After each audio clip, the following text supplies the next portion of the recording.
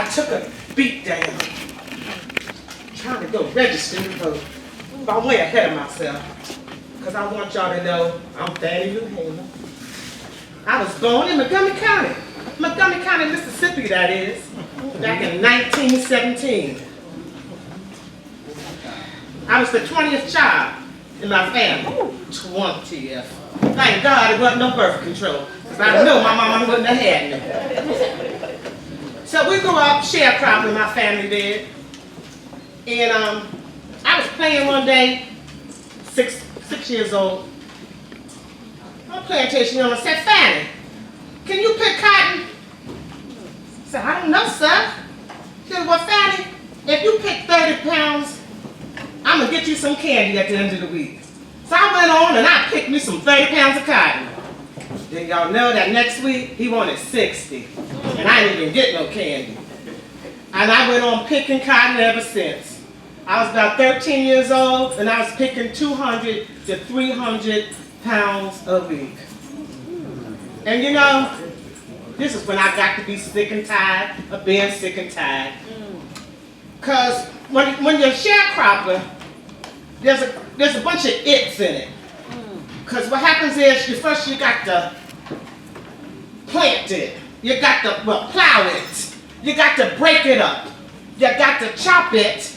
You got to pick it. Then the landowner, he takes it. So it's just never no getting ahead. But one season, we did all right. We had something left over at the end of the season. And we went and got us a couple mules and a couple cows. And I tell you, they're mean old white people. They just couldn't stand to see us doing good. And they poisoned our cows. And our mule just took everything we had. And my daddy, that was almost the last straw. He really never recovered from that. I tell you, I just couldn't understand why people were so mean. And I made up my mind right then at 13 that I was going to do something in Mississippi. So I went on and I married me a good man. His name was Pat. Boy, Pat caught hell being married to me. And not because I did it to him, but because what they couldn't get me to do, they took it out on Pat. He had a good job. He lost it. All to get back at me. Because see, what happened was, during the 60s, we had what they called Freedom Summers. Y'all heard of Freedom Summers? The SNCC. Y'all heard of SNCC out there? The Student Nonviolent Coordinating, SNCC, Student Nonviolent Coordinating Coalition. Well, they came to Mississippi to register us to vote. I didn't even know. You know, them people in Mississippi kept us ignorant and dumb so we could pick cotton. I didn't even know that we was allowed to vote. So when they first said, yo, we could register to vote, my hand went up first. Because I had went to school till I was like in the 6th grade or so, in between cotton picking season. And so I did learn a little bit of reading. So I registered to vote. There was about 18 of us decided we would go. We had to go travel by bus. So we got there, and they would only let 2 of us even go in to register. So I went on in. You had to all but write the Constitution. I tell you, the literacy test was just awful. They didn't even want to give us a chance of really being able to vote. So anyway, we didn't pass it. I didn't pass it. And we got ready to leave. And the police, state highway patrolman, they stopped us. They said, y'all, that our bus was the wrong color. Mind you, it's the same bus that they would take us and pick us up from one plantation to the other.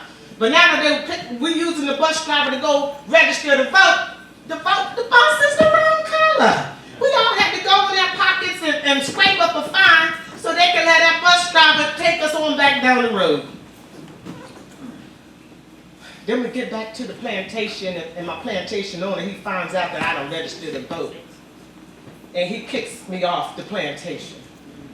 But he kicked me off that plantation right into the Civil Rights March, okay? Because I was determined, no more No more was I going to just be quiet and let them tell me that I wasn't a good citizen. I wanted to be American citizen. I wanted my right to vote. So we continued to march and go register people. And it was after one of those registration days that we got stopped at one of them rest stops, and they pulled us off the bus into the police station, and they just got to whipping on one of my girls that was with us, one of my friends. And then one came and asked me, "What's your name? Where are you from?" My name is Fannie from Rouville, Mississippi. So we're going to check that out. They went on, they checked it out. They came back, and people in Rouville really didn't like me because they said trying to register the people to vote was messing with white folks' business. They didn't like that. So they dragged me out of that cell, and they told me they was going to make me wish I was dead. What they did was go get 2 prisoners. Got them all drunk up, I found out later. And they had the one lay down on his cot and beat me with a whip. The first one, he beat me with a whip until he got tired. Then the second one got to beating on me. I got to moving my legs and all. They got the first one to come sit on my legs so I couldn't move. Then I just got to hollering. And one of the sheriffs came over there and started beating me in the head to tell me to stop hollering. So I just had to bite down so I would stop hollering. So he stopped beating me in my head. And that's what I said about my eye. Left me with a blood clot and damage in my eye, in my right kidney. I already had suffered polio from a kid and wasn't walking well. And when they got done with that beating, I darn sure wasn't sitting well. Matter of fact, I wasn't sitting at all.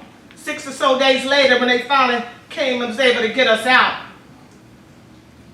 we got the news that Megan had been killed that night in this driveway. I was like, oh Lord, they done got Megan. We really got to fight for our right. So, here was the summer. I registered to vote. And I got my beating, but that didn't stop me. Because you know, some days are going to be dark. It's not all going to be sunshine.